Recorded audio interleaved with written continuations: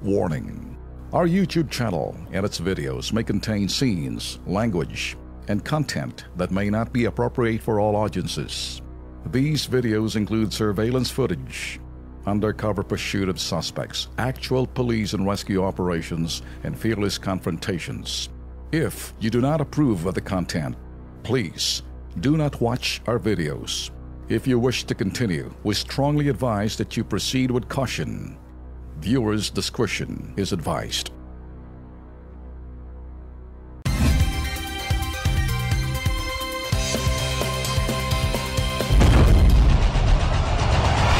Luzon, Visayas, Mindanao, handa na ba kayo? KB, Kilos Pronto! KB, Kilos Pronto! Serbisyong totoo mga boss, ito ang sumbungan ng bayan. Ora mismo, aksyon agad at maaasahan. Sunod-sunod ang kilos sa pagbabalita. Nakatutok ang mata sa problema na nakikita. Lahat ng question ay may solusyon. Sa bawat hinaing, katumbas ay aksyon. Kilos Pronto! Di ka na magtitiis at mabibigyan ka dito ng resulta mabilis. Dahil ang bitag, walang pinapalagpas. Sa tropang Ben Tulfo, wala kang ligtas. KB, Kilos Pronto! KB, Kilos Pronto! Ipaglalaban ng karapatan, problema'y matutugunan. Maraming katanungan dito ay masusolusyonan. Kilos Pronto! Kakampi ng masa, humanda ang lahat. Sa bawat abusado, ito na ang katapat. Napakatibay na programa na inyong hinahangad. Walang patumpik-tumpik at kumikilos agad-agad. Kilos Pronto! Ang ating sumbungan, madali lapitan at agaran kang matutulungan. Na kahit anong krimen, handa naming harapin. Basta hustisya'y makamit, lahat ay aming gagawin.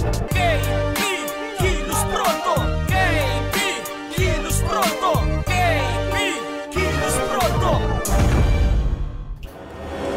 Biyernes ho ngayon mga KP at Jess ng Marso. Magandang gabi Pilipinas, kabilang na may Pinoy overseas. Kumusta ka, Alex? Maayong gabi kanyong tanan sa mga taga Mindanao, Visayas at syempre dami rin mga Bisaya dito sa sa Luzon, Metro Manila rin. Okay. So po. Kalat ho ang mga Pilipinos worldwide, 11 million Filipinos. 10 million ho mga OFW, 1 million all over mga immigrant status ho sila. No? Etong mainit na issue, mga bossing. Umamin ang abogado ni Edgar Matubato na at sina Senator Trillanes, De Lima at CBCP o Catholic Bishop Conference of the Philippines ang financial at legal supporter nila pupunta ng Netherlands para magsampa ng kaso laban kay President Duterte sa International Criminal Court. Ang tanong, kaninong pera ang pinagpopondo? Tax nyo o alay nyo sa misa? Ano sa palagay nyo? Ikaw, Lex. Ano bang kaso yung sasampa daw nila? Yung sinasabi nitong kaso yung sinasampa na sa criminal court, alam nyo naman, ano pa, yung AJK. Yung sinasabing state-sponsored na sinasabing ito yung sa drug war. Ganun ba? Ngayon, ang pinaka-point siguro dito at this point, kung talagang, alam nyo naman, Lex, ato'y mawalang galang lang. Tax exempt ho talaga pag sinasabing mga simbahan, anumang denominasyon. Pero kung yung mga tax na yan ay sinasabi, exempted ka sa gobyerno, pero yung tax naman yan, kung exemption, ay magagamit lang naman pampondo para pupunta ka ng Netherlands, para pupunta ka sa International Criminal Court, at para doon masampa mo kung state-sponsored nga yung mga nangyayaring drug operations sa Pilipinas na parang tinutukoy ng utak si President Duterte. Pero linawin muna natin na Mr. Matubato, ano bang kaso mo? Ha? Dito pa nga sa Pilipinas, hindi mo nga maayos-ayos yung paratang mo sa ating Pangulong Duterte. Lalayo ka pa, sa Netherlands ka pa. Baka doon pa lang, hindi ka maka first base pa lang.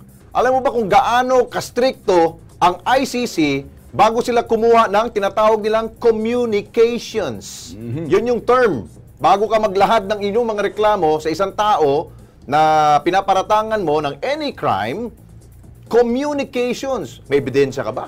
Yan po. Maganda yan, Lex. Ano? Okay. Ang problema rito, alam naman natin, it's a puppet and a puppeteer. Ito si Matubato, puppet lang to. May puppeteer dito. Sino bang puppeteer? Sinasabi na natin, yung mga pangalan na banggit kanina, at yung mga sinasabing... Tatlo sila. Ito, Trillanes, De Lima, at kasama rito, CBCP. Sinama pa yung mga grupo. So ngayon, yung mga legal support na binibigay, kung meron mga tax exemption, ito not only in all churches, dapat na naman yan. Pero kung ang tax exempt naman, para pang travel mo, para makapagsampa ka, doon kami mismo pupunta sa Netherlands para isampa mo ng kaso ang Pangulo, may problema siguro. Dapat ang ibig sabihin, tingnan na lang siguro natin kung nga ba mabibigyan ng mga tax exempt ang mga religious organization. Kasi kapareho nito, siguro maraming pera yung sinasabi nila dito, CBCP. Yun ang, kung titingnan ho yan ang isang simpleng tao. Ngayon, makilahok ko kayo kung ano pong gusto ninyong ibigay na saloobin. At tungkol po dito sa topic natin, mukhang magandang topic to. So, habang umuusad pong programang Kilos Pronto, babasahin natin yan isa-isa ang inyo po mga salubin. Okay? Sa prime time, nag-iisang sumbungan. Ito ho, ang Kilos Pronto. Mainit na isyong pinag-uusapan. Ganon din ho, ang investigahan at balitaan. Umpisa na! 22 anyos na dalaga, hinalay na walang kaluluwa. Biktima, hinalo muna bago ginahasa. Salarin hanggang ngayon kumagala. Naghahanap ng panibagong malalapa. Alamin sa Kilos Pronto. Ang talamak, mahirap na talagang mabago. Tulad ng mga dorobong enforcer na ito. Mayor Erap, sabi mo, bago na espiritu ng mga tao mo. Tingnan mo, ginagawa ng mga lokong ito. Alamin sa Kilos Pronto. Sandali lang po, paraan po. Sambit ito ng mga pedestrian na dumadaan sa sidewalk nito. Ang mga chiching kung hindi alisto, biktima ng chancing, sigurado. Alamin sa Kilos Pronto. Sumbungan, imbestigahan at balitaan. Kilos Pronto, umpisa na! Alam niyo mga boss, kabilang ho sinasabing ito'y pang-aabuso, anomalya, ito'y korupsyon, mga bagay ho yan. Ngayon sinusumbong ho, nakakaabot ho rito, pinag-uusapan ho rito sa Kilos Pronto. Ang anomalya kasi pag sinasabi pataguman o lantaran, alagad man siya ng batas o pribadong mamamayan, eto hong nasa poll ng Kilos Pronto. Ngayong gabi, kakaibang kalakaran ng mga MTPB. Abay sa Santa Cruz, Maynila, nasa pool ng kamera, Mayor Erap. Kung ikay nanunood at kung sino man dyan sa Manila City Hall, eto, makipanood ho kayo.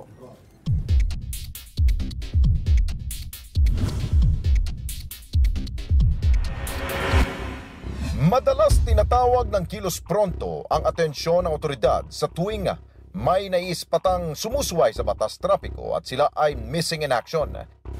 Pero nito lamang 6 ng Marso, naaktuhan ng KP team ang kumpol ng Manila Traffic and Parking Bureau sa kabaan ng Rizal Avenue Corner, Fugoso Street, Santa Cruz, Maynila. Sa tindig ng mga operatiba sa kanilang uniforme, animoy matitika sila. Pero na dumaan na ang mga dapat nilang sitahin na walang suot na helmet na rider, nakapagtatakang hindi nila ito pinapara. Ang riding in tandem nga nito, mistulang ngiti lang ang paraan para hindi sila hulihin sa kanilang violation.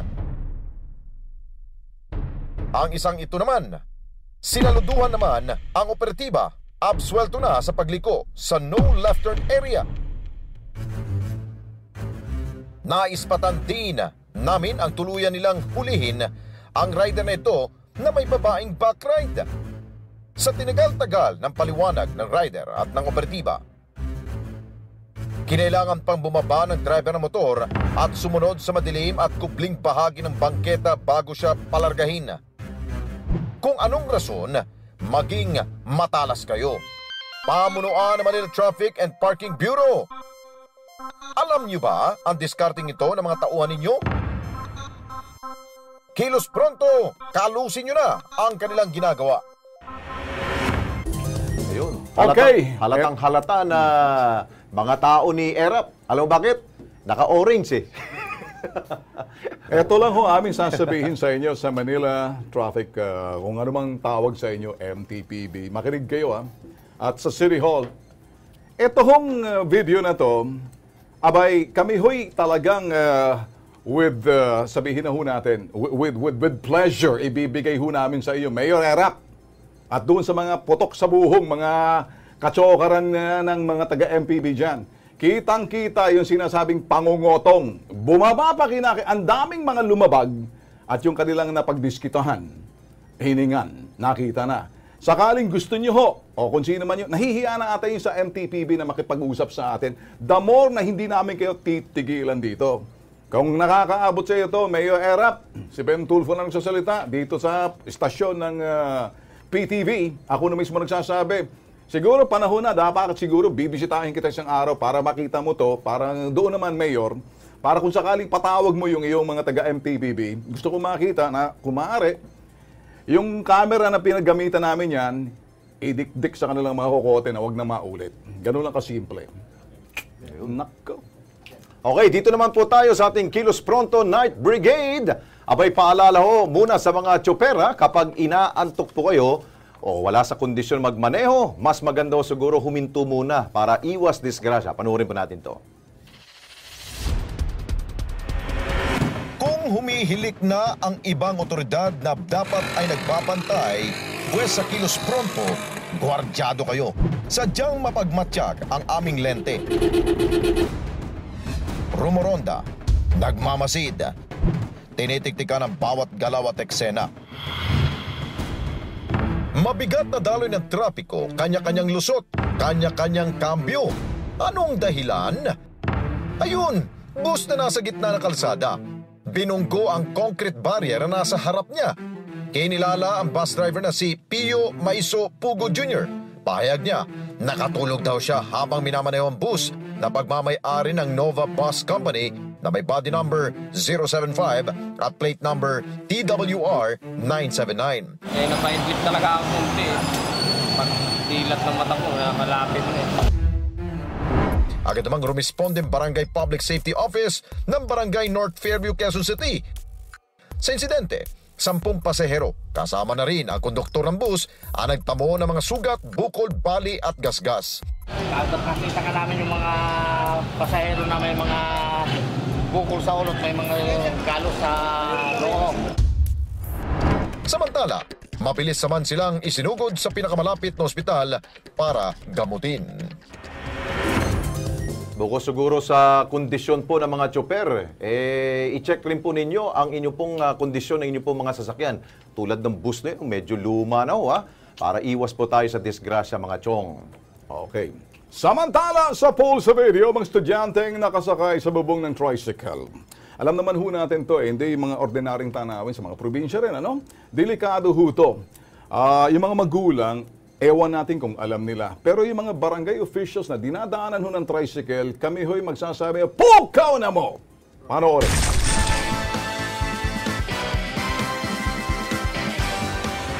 Panahon na naman ng tag-init. Preskong mag-joyride sa mga probinsya.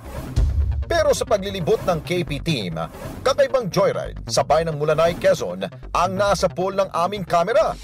Alas 7 ng umaga, papunta ng eskwelahan ang mga estudyante, lula ng tricycle, dahil puno na ng pasahero sa loob, pati ang bubong ng tricycle, abay sinakop na rin.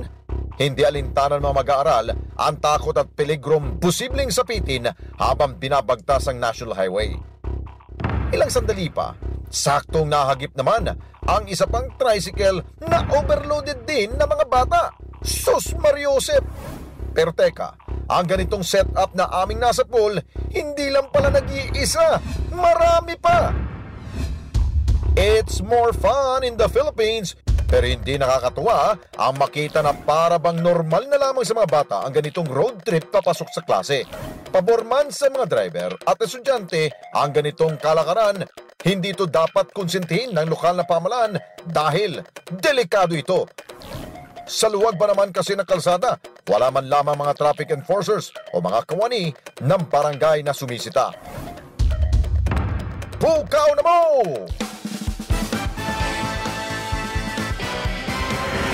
Talagang mga bata ho to, mga estudyante, nakakatakot. Alam ho natin, ang mga tricycle po ay under po yan sa local government. Yes. So hindi po to pwedeng pakialaman po ng LTFRB at ng LTO. So local government po ang regulation po niyan. So siguro, yung pong mga kinatawan po at mga official po dyan sa Mulanay, Quezon Province, abay, pag-ingatan ho natin, mga kabataan po yan. May mga ambisyon po sa buhay po yan. Kapag may nadisgrasya ho dyan, kayo po malalagot po dyan. Ako Lex, dediretso na ako sa inyo sa lokal ng pamahalaan, Bulanay, Quezon, makinig kayo. Nanonood kayo rito sa amin, ano? Sinasanay nyo yung tanawin ng taong bayan dyan sa lugar ninyo sa ganyang klaseng panganib. At nakikita ko anino ni kamatayan, nag-aantay na lang kung sino madadala sa mga kabataang kawawa naman na parang akala nila enjoy lang sila. Yeah. Naintindihan natin, Lex, na ang kakulangan ng sinasabing transportasyon sa sinasabing lugar. O kung kinakailangan, hindi naman natin dating sardinas siksikan, may sabubong. Pag isa lang dyan ang may nahulog dyan, Mario Joseph, mga kabataan, dapat ginagabayan ho natin. Ang mga magulang yan, siguro nasanay na sila. Parang yun ang kalakaran, Lex. Panawagan na lang sa lokal ng pamahalaan ng sinasabi nating lugar ng Quezon na yan. Sa Mulanay. Sa Mulanay. Alam ko naman may regulatory body kayo dyan, TRO, Tricycle Regulatory Office ninyo, sa lokal na pamahalaan. Magtrabaho naman kayo mga tamad kayo mga kasanta, terbang ewan ko kung anong ginaan, papalaki kayo ng mga bombolyos ninyo, maayos nga kayo. Pero ang iba siguro rin, Ben, mukhang pinapayagan rin ito ng mga magulang ng mga bata. Dahil nga, tama. kapag siguro pinasakay ho nila sa tricycle na punuan na, medyo may diskwento na siguro ho doon. Ma'am, tay, nay, pag-ingato ninyo mga anak ninyo. Eh, kung gusto ho ninyong sila po'y lumaki at meron pong pangarap pa sa buhay, pagsabihan nyo po yung tricycle driver na huwag nilang gawin ho yun. Delikado ho yun. Basta ang mahalaga rito, Lex, dyan sa lugar ninyo sa Mulanay, Quezon, kinig kayo. Huwag niyong sanayin ang mga tanin niyo sa ganyang klaseng panganib. Sa bandang huli, akala ninyo, hindi niyo magugustuhan. Pero sa katagalan, pag nasanay na kayo, nawawala na yung sinasabing panganib, yung risk factor doon mga kabataan, ay enjoy lang sila. Pero pag may namatay dyan, sus, Mario Joseph, naku, ang laking disgrasya, ang laking sakit sa ulo yan, mga magulang. At yung lokal na pamahalaan, kami ho'y kumakatok ho sa inyo, at hindi ho namin kayo inuupakan, alang-alang ho to sa mga kabataan sa lugar ninyo. Ang tanong rin dyan, Ben, yung ba mga tricycle po ba, meron po bang insurance? Wala Siguro. Wala yan. Dahil hindi ho kayo under ng LTFRB. Wala. I'm sure wala. Kaya yun rin po, dapat silipin po ng ating pong local government po dyan sa Mulanay, Quezon. Okay. Ito naman ay importante. Sala natin to, ay abogado ho na Edgar Matubato. Nangyari dito? Bakit ako biglang nag-zoom? Nag-zoom. Oo. Nabuton. Okay. Umamin ho ang abogado ni Edgar Matubato. Ito ho na sina Trillanes de Lima at CBCP. Ito raw yung financial at legal supporter nila papuntang the Netherlands para magsampa ng kaso laban kay President Duterte. Ala namang masama kung gusto niyo magsampa. Tanong, may laman ba yung inyong mga sasampa ng kaso? Yun ang importante. Tatayo ba? Yung sinabi kanina ni Alex, kahit na sandamakmak na ilang beses kayo pupunta riyan, ilang beses man, kung walang laman, walang form, walang substance, o mabubuo niyan, kaya lang, ibang mag-isip tong ICC. Dilaw to Sus Mario Joseph, sasakyan ng sinasabing mga lawyer at si Trillanes at yung mga abogado nila na magbibigay ng free legal assistance. Saan ba talaga kayo kumukuha ng pondo ninyo? Sino ba talaga? Kasi ayaw kong sabihin, nasa simbahan. Natural, merong supporter kayo. Whatever it takes, gagawin ninyo Huwag na natin pakialaman yung tax ng simbahan. Maaari kasi, baka sabihin natin, pati Catholic Bishop Conference dito, nilalagay natin. Wala, may karapatan naman sila kung talagang yung paniniwala nila, Lex, Kaya lang, ako'y naniniwala may pumupondo sa inyo. Merong sa likod ninyo na nagtatago at baka kayo'y madumi sa inyong mga karsunsilyo, hindi nyo kayang lumantad. Kaya kung sino-sino ginagamit nyo. Ito nga lang, example lang to, Ben, yung pong, ang tawag nito, yung kanya pong bill na binayaran ho ni Edgar Matubato po dyan sa NPD, dun po sa kaso po niya frustrated murder. Ang sabi ho ni Matubato, galing daw sa kanya ang 100,000. Pero ang tanong, dahil 200,000 po yung bail niya, saan galing ho yung 100,000? Iyon ang magandang tanong. Sino ang nag-provide sa'yo para ka makalaya pansamantala? Ay, nako. Di alam mo na, di yung handler, yung puppeteer, sino? Yung si Sonny. Si Sonny T. Kailangan may supporter ka talaga dyan. Okay. Dahil kung hindi, makukulong ka talaga. Okay, pakinggan natin ang sinabi ho ni Alter Bataan. Dapat may facts na ebidensya at di pwedeng makialam sa Pilipinas yung ICC na yan. Hindi tulad ng mga nagpopondo na ito na may sapak sa ulo. Ito ang totoo. Tama. Si James Santiago, ang CBCP ay dapat nakahiwalay sa issue ng politika.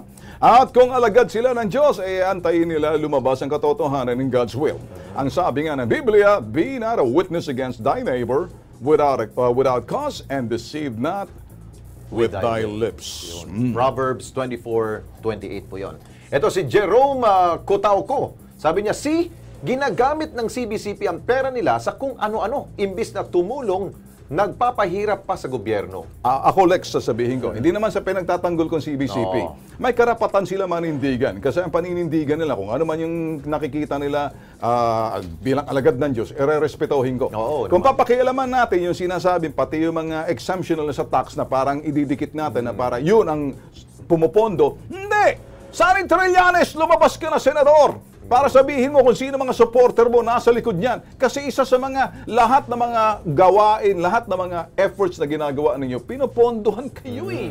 Hindi pwedeng wala. Ang ano dyan, Ben, kung tutungo sila sa ibang bansa, Netherlands the Netherlands, siguradong ang pondo nyo ay magagaling rin po sa ibang bansa. Eksakta mundo. Tutukuhin ko ba? Saan? Pwede ba sa Amerika? Ay, yan. Ay, sus, Mariosa. Yung kilala na, okay, Yun. mayaman. Mayaman yun. May asawa dati na ngayon ay balo na. Ngayon. Di ba? Nakaswang-asawa ng itim. Itago natin sa pangalang... Sige, bigyan mo ng clue. Kilala niyo yung boksingero? Yung boksingero? Sino yun? Si Lennox. Kilala mo yun? Boksingero. Magaling yun, ha? Yun. Bahala na ako kayo. Si Lloyd. Yun. Si Lloyd Lennox. Ayun na lang. Okay.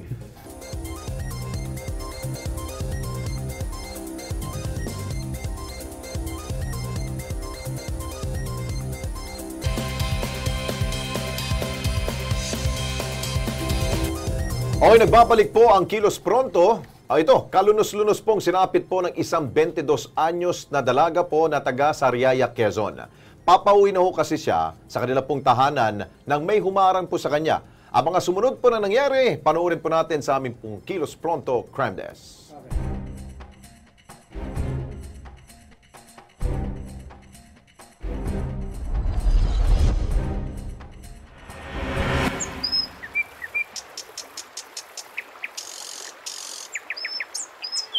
Halos isang linggong nagpagaling sa Quezon Medical Center sa Lucena City, probinsya ng Quezon, ang 22 anyos na itinatago namin sa pangalang Dayan.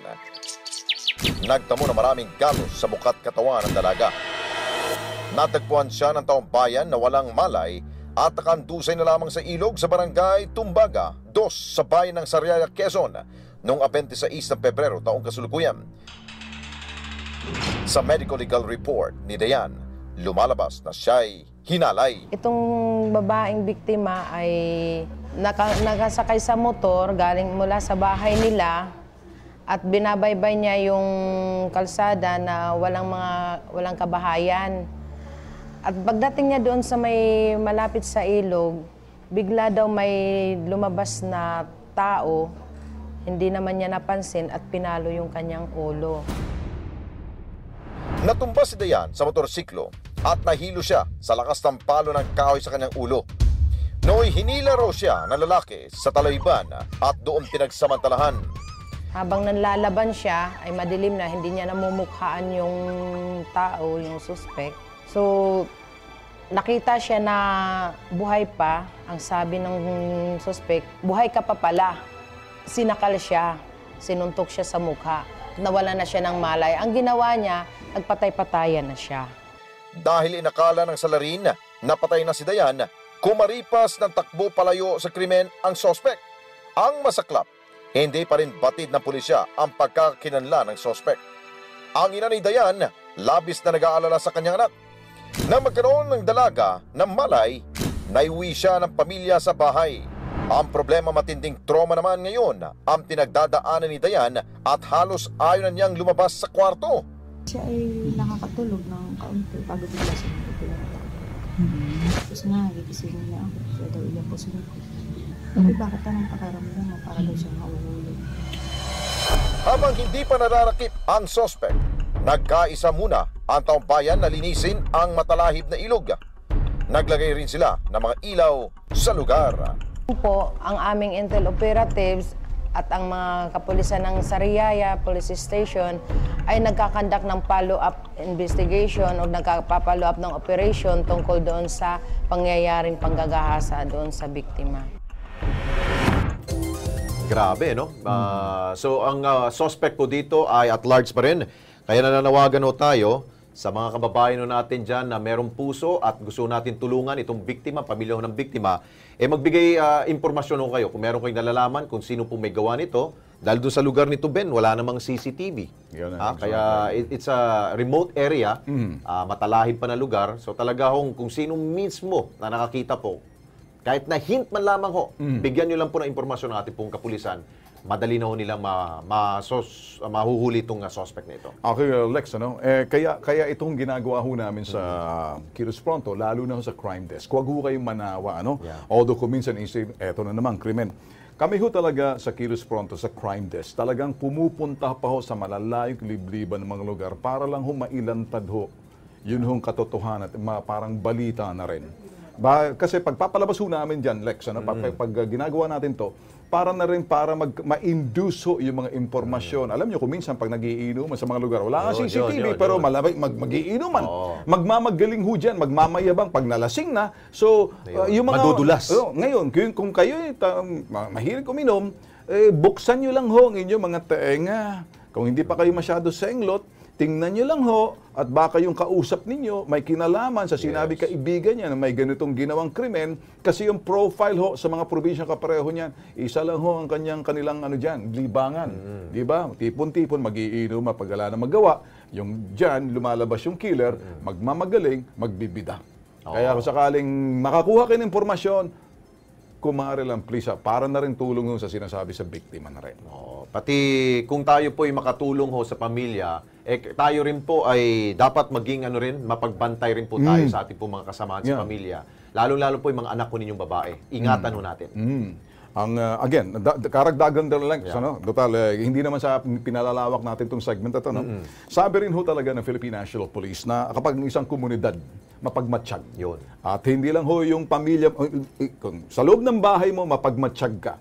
Sa komunidad mo, mapagmatsyag ka. Nahihirapan kumilos ho yung sinasabing masasamang loob at sumisikip ang mundong kalang ginagalawan. So, ang isang komunidad, kapag medyo mapagmatsyag, iniiwasan ho. Nag-iisip, naguhunos dili muna yung gumagawa ho ng masama. Yun lang kasimple. Well, anyway, Lex, mula ho dyan sa krimen, totoong tao naman itong mga kwento ho natin. Dito ho, mga karamdaman.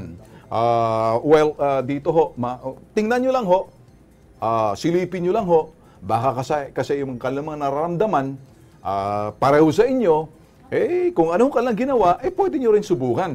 Ngayon, ito ho yung mga storya ho na may mga diabetes. Ito yung disease of the century at arthritis. Maganda ho siguro, hindi ho ito medisina at hindi ho pwedeng ipagpalit sa medisina. Ito yung supplement lamang. Pero, panoorin at pakinggan ho mga storya.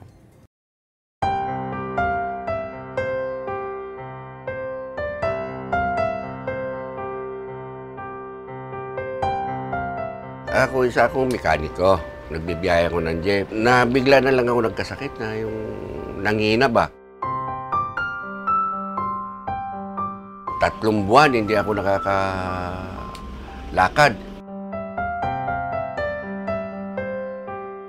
Nagpatingin ako.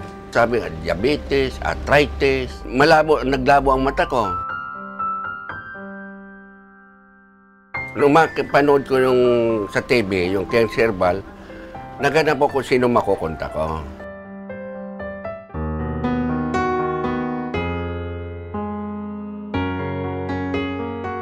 Gumanda yung pakiramdam ko Nakapagmaneho na ako ng jeep. Pati yung mata ko luminaw. Yung nararamdaman kong rayuma, nawala.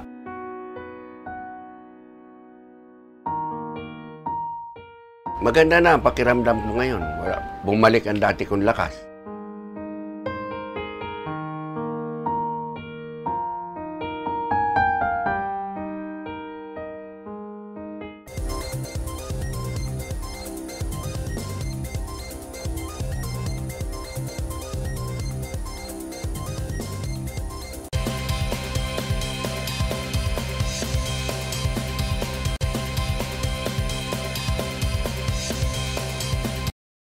Ito ang kakaibang format ho ng aming programa ho sa Kilos Pronto. Meron ho kaming, hindi lang ho pagsasala, bagkos kami ho'y talagang pinag-uusapan namin ng mainit na issue at inanalisa ho namin ni Alex. Yes. Ang mainit na issue ho kasi rito, ang pinag-iisipan ho dapat ng taong bayan na maging malalim ho kayo mag-isip. Ito raw ho kasi si Edgar Matubato, ang mga abogado nito, sila Trillanes, De Lima, at sinasama pati dito ang CBCP, financial at legal supporter nila pupunta ng the Netherlands. Yun. At para magsampa ng kaso laban kay President Duterte sa International Criminal Court. Alam niyo naman, yung kalang pinagsasampa, yung state-sponsored EJK. Ito mga boss, kami ni Alex, unless si Alex hindi naniniwala, may talagang pumopondo ho rito. I'm sure Alahang malaking pera ang Meron pinupondo yan, rito. Walang mapaglagyan sa pera o galit sa pera, kaya ginagamit kung sino-sino. Ngayon, kung pag-uusapan, sabi mo nga, Alex, hindi ganun kadali para magsampa ka ng kaso sa ICC kasi may proseso. May proseso yan. Ay, At dapat, hindi lang ho ordinaryong tao pong pwedeng pumunta ho doon. It should be, meron pong mag-endorse na isa pong kilalang institusyon. At ang pwede pong mag-endorse po dyan, na pag alam nila ho na talaga po may problema isang bansa at ang inaakusahan nilang leader na isang bansa sa mga krimen, ay dapat po yung United Nation. Yes. Ha? Yeah. United Nation. Yeah. Tandaan ho ninyo yan. Yan. Kasama dyan, of course, yung Commission on Human Rights din. No, dito. Kaya deadly mix yan. Oo, deadly so, yun. ngayon, para sa atin, alam naman natin, iba itong mga mag-isip itong mga United Nations, iba rin mag-isip yung human rights, pero iba rin naman talaga yung pagas ng pera na galit ho sabi mo, si Lennox, si Loida. Si Loida Lennox, na boxer na ngayon, wala na, sabi mo. Oo nga. Dapat kasi, idaan nyo sa tamang proseso ho yan. Huwag nyo dediretso kagad sa ICC ho yan. Baka maboboljak lang kayo doon. Mapapahiya kayo. Ang maganda ho dyan, ito, nabasa ko, Ben, itong sabi ho, before an investigation is open, bago daw bubuksan ang anumang investigasyon, dyan po sa ICC, each communication, yung sinasabi ko kanina, each communication, o yung inyong pong reklamo, is subject to 3 levels of analysis muna. Number 1, initial review. Doon pala sa initial review, baka maboboljak na kagad kayo. Hindi papasa sa evaluation yan. Pangalawa, basic reporting. O yun. At pangatlo, intensive analysis. Malalalim ho yun. Paano? Baka siguro sa first base pa lang wala na eh. Pero ako naniniwala, lumalalim ang pag-analisa dyan. Depende sa lalim din ng bulsa. At kulay ng salapi na nanggagaling kay Loida. Sige, kilala niyo man si Loida sa Amerika. Basahin na natin si Joe Tomas. Sabi ho niya, ang mga simbahan hindi po dapat nakikialam sa mga batas ng gobyerno. Mag-focus lamang sila sa pagpuri sa Diyos. Si Falconete Dulay, si Matubato, mga idol. In fairness, ang dami niyang pera. Nakabail ng 200K. Grabe, nakakaloka. Diba? Sabi ko sa iyo eh. Pero sabi nga daw niya, ang kwento ho ni Matubato, yung 100,000 ho dun sa kabuwang 200,000, galing daw sa kanya. Personal daw ho niya. Yun daw dapat nung gamitin niya pangpagamot. Paano yata? Ayusin daw yata niyang kidney yata. Pero dahil sa gusto niyang makalaya, sige na. Bahala na aking kalusugan. Makalaya lang ako. Sabi niya. Pero yung 100,000, questionable pa. Saan galing yun? Ay, wala yan. Barya lang yan. Kaya nga na 2 milyon. Kahit 100 milyon. Anong ginagawa ng sinasabing patron na si Loida? Yun. Okay. Dito tayo sa ating pong Kilos Pronto Metro One Way. Ito, paano kung masikip pong daan na lalakaran ho ninyo, yung po mga pedestrian? Aba, meron napansin ng ating pong Kilos Pronto team. Ito po'y iskinita na dapat po'y pedestrian na dadaan. Pero bakit one way? Di ba dapat magkakasalubong kayo? Ito, panoorin ninyo. Ang sidewalk o bangketa ay ginawa upang mapadali at maging ligtas lakaran ng mga pedestrian.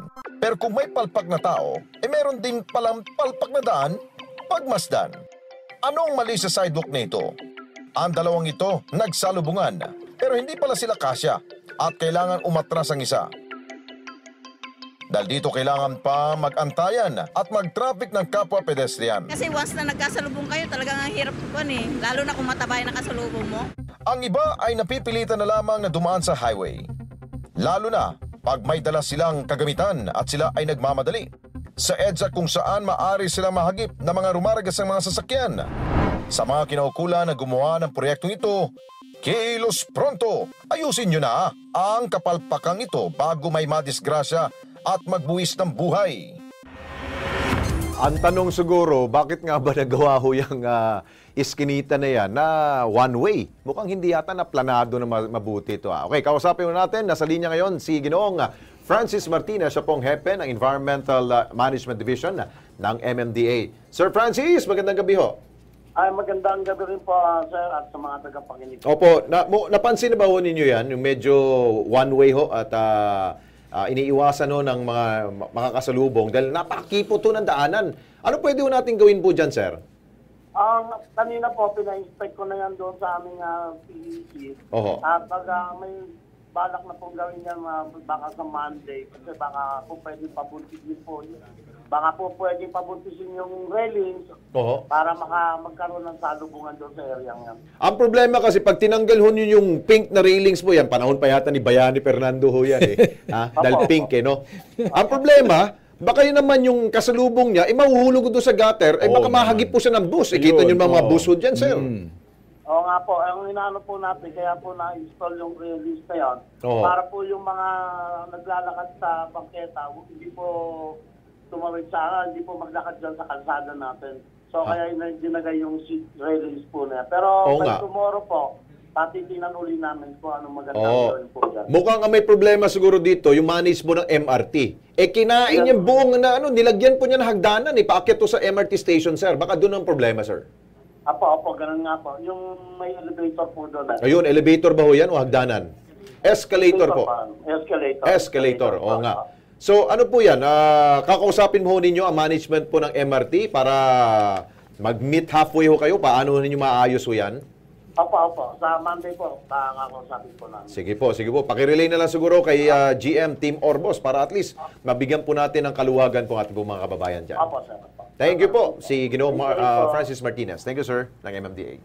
Ayun, Ben. Napansin mo kanina yung pink. Tama sinabi mo, panahon pa ni Bayani Fernando. Di ba may mga urinals pa siya, pink rin. Pink Ayun.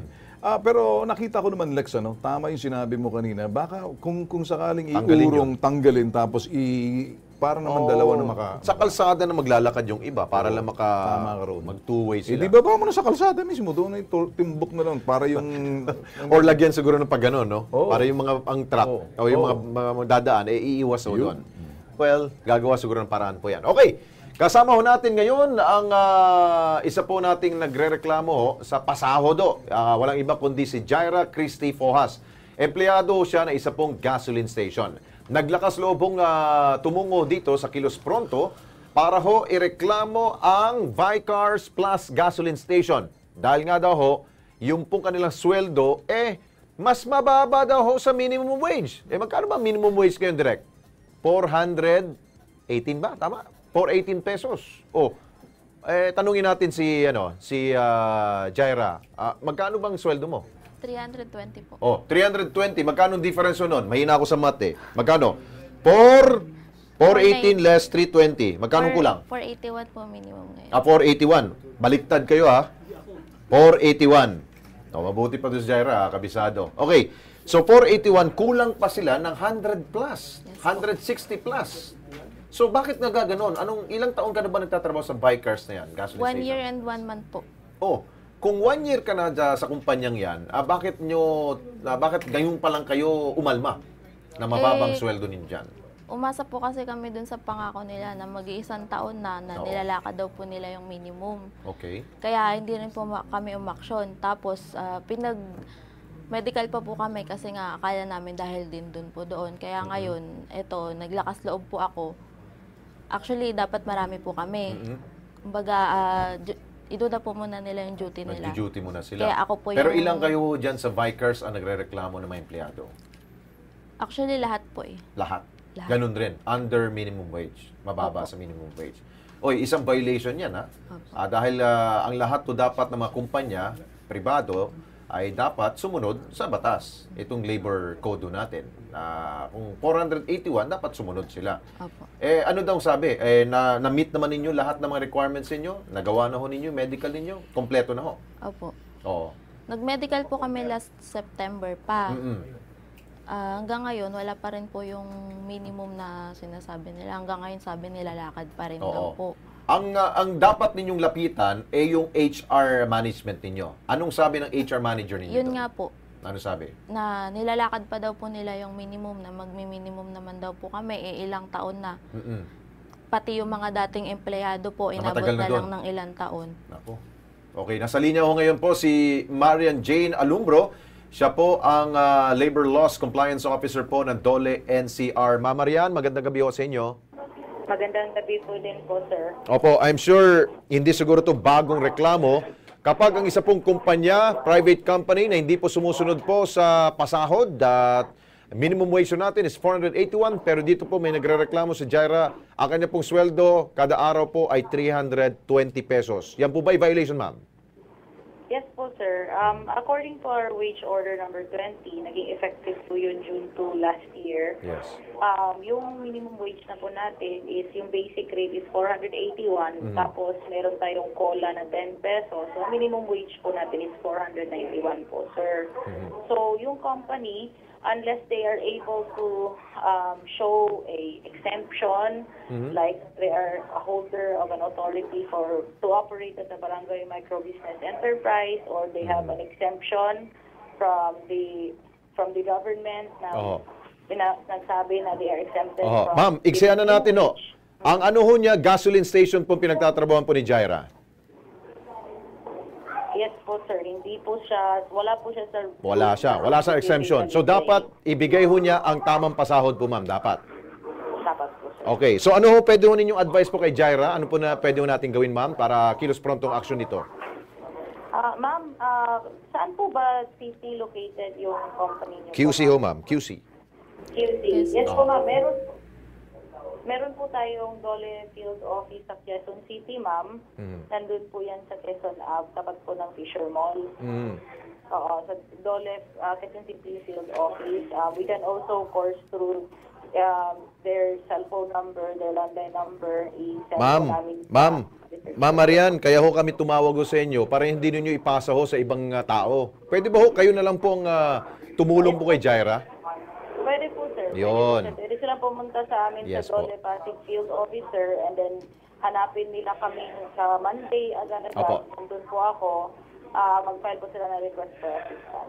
Dahil yung pong yung employer po na may-ari ho ng ito pong Vicars gasoline station, ayaw ho magpa-interview. Gusto ho sana namin patas ho tayo dito para makuha natin yung side nila. Pero ayaw nila magpa-interview. Siguro ho guilty ho sila, ma'am.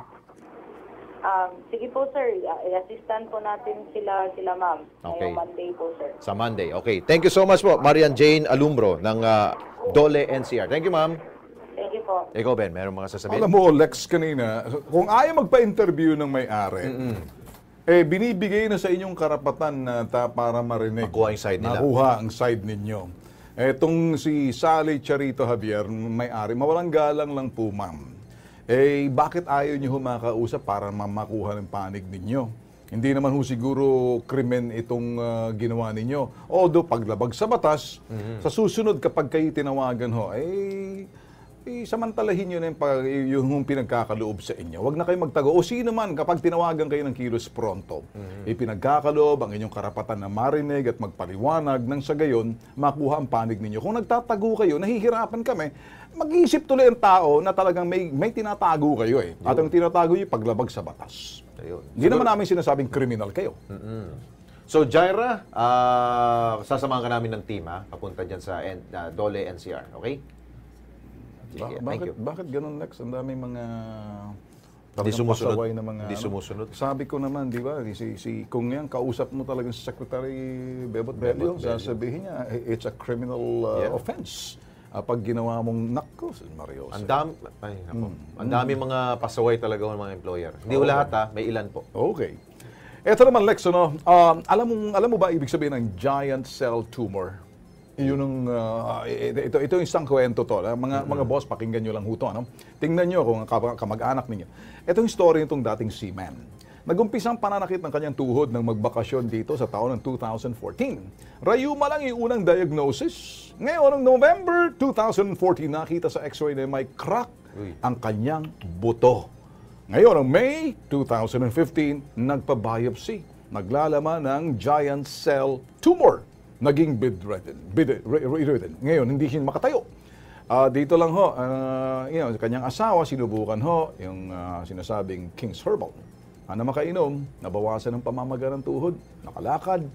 Hatid sundo na ang kanyang anak na sa eskwelahan, patuloy pa rin papakonsulta sa doktor. Eto ho yung mga storya na to, ibinibigay ho namin sa inyo sa ganun at makita ninyo. Pero again, hindi ho to gamot. Ito ho'y supplement at hindi pwedeng ipagpalit sa gamot. Bakit ho ganito? Pakinggan yung kwento.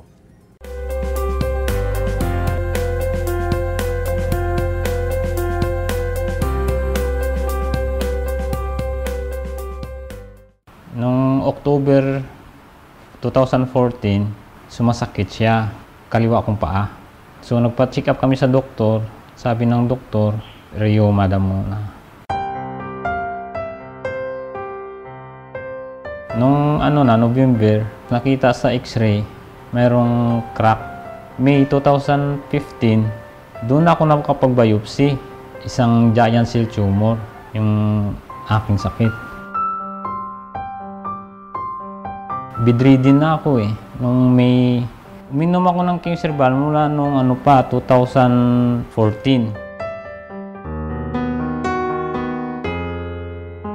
Malaki yung naging improvement niya kasi nabawasan yung nabawasan po yung laki niya.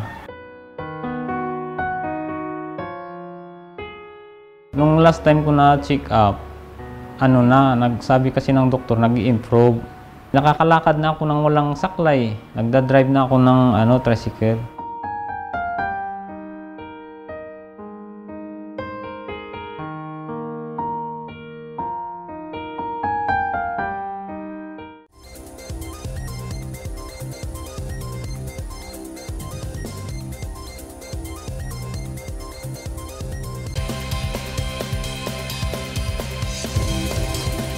Okay, nagbabalik po ang Kilos Pronto sa mga mahilig kumain ng mga seafoods. Ngayon Friday, paalala ho natin, Friday sa mga Katoliko, walang baboy, walang meat. Tayo ay seafoods lamang. Yun. Pero ito, seafoods meron pong paalala ang BFAR dahil po meron naman po mga areas na meron pong mga toxins. Yung mga kinakain natin. Alamin kung anong po mga lugar na dapat po natin pag-ingatan dito sa ating All Points Bulletin. Sa mga mahilig kumain ng shellfish, doble ingat. Nagbabala ang Bureau of Fisheries and Aquatic Resources o BFAR hinggil sa Red Tide Alert sa mga baybayin ng Visayas at Palawan. Sa pinalabas na Shellfish Bulletin number 8 ng BFAR sa 6 ng Marso, positibo pa rin sa paralytic shellfish poison ang mga shellfish na hinahango sa mga baybay ng Daram Island at Irong-Irong Bay sa Western Samar, Leyte, Matarinao Bay, Eastern Samar, mga baybayin ng Biliran Province, baybayin ng Gigantes Island sa Carles, Iloilo, Dawis at Tagbilaran City sa Bohol at Puerto Princesa Bay sa Palawan. Positibo naman sa red tide toxin ang mga baybayin ng Milagros, Masbate. Pinapayo ng BFAR, bawal muna ang pagkain ng mga shellfish, partikular ang alamang, sa nabanggit na mga lugar. Ligtas sa mga kainin ng mga lamang dagat tulad ng isda, pusit, hipon, at talangka basta bagong huli. Hugasan lang na mabuti, tanggalin ang mga hasang at mga bituka bago lutuin. Samantala, wala namang red tide bulletin at ligtas kainin ang mga lamang dagat mula sa iba't ibang lalawigan at probinsya sa Pilipinas.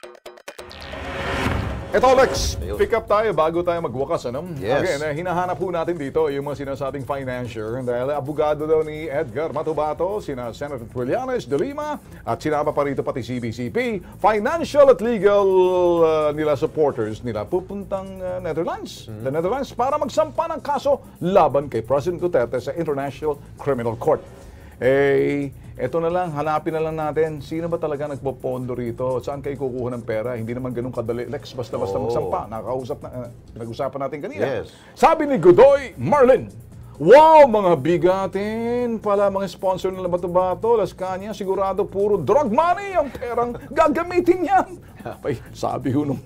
Ito sabi ho ni Jetro Cruz, mahaba po proseso ng pagsampa ng kaso sa ICC, nasa website po nila. Yun, Eh, magaling to si Jetro. Alam Nagbabasa mo, rin. Lex, etong nakikita mo na, nothing against Trillanes. Pero pinangunahan ni Trillanes na sinasabi, malapit na nabibilang na lang ang panahon ni President Digong na mai-impeach. Tama. So yung i-connect mo na lang, lahat na sinusubukan nila, Matubato, Las Cañas, ngayon sinasabing mai-impeach. The only way na mai-impeach si President Digong, yung kung siguro iniisip nila, malay mo baka makachamba sila sa ICC, International Criminal Court, doon sa sinasabing state-sponsored EJK. So, Lex, ikaw, mahirap pasimple lang. Simpleng ano lang. Ako, itong, kung makikinig ko kayo, ito'y payong kapatid do. Payong kapamilya at payong kapuso. Kapatid. Para hindi masayang po yung pera na ibibigay ho ng inyong mga sponsors po dyan, sana ho, huwag na kayo pumunta ho ng The Netherlands. Masasayang lang ikaw ang gawa na lang ho ninyong pera na paggagastusan ninyo ng airfare, hotel accommodation. Ang dami doon. Netherlands, ang layo nun gagastos ka doon. Okay, bago tayo magpaalam, Ben, binabati ho natin ang may-ari ho ng RDL Davao. Ayun. RDL, si Leonora Lim. Happy birthday, ma'am. See you soon. At ito naman next, payong ka-KP, ka-Kilos Pronto, patuloy niyo hong tutukan ang Kilos Pronto. Ayun. At kung kayo po ay inaapi, inaabuso, meron po kayong kakampi dito po sa Kilos Pronto. See you Monday po. Huwag kayong mawawala. Okay. Higit sa sumbungan, pag-analisa ng mainit na issue na pinag-uusapan po namin ni Alex, imbestigahan at balitaan, dapat Kilos Pronto!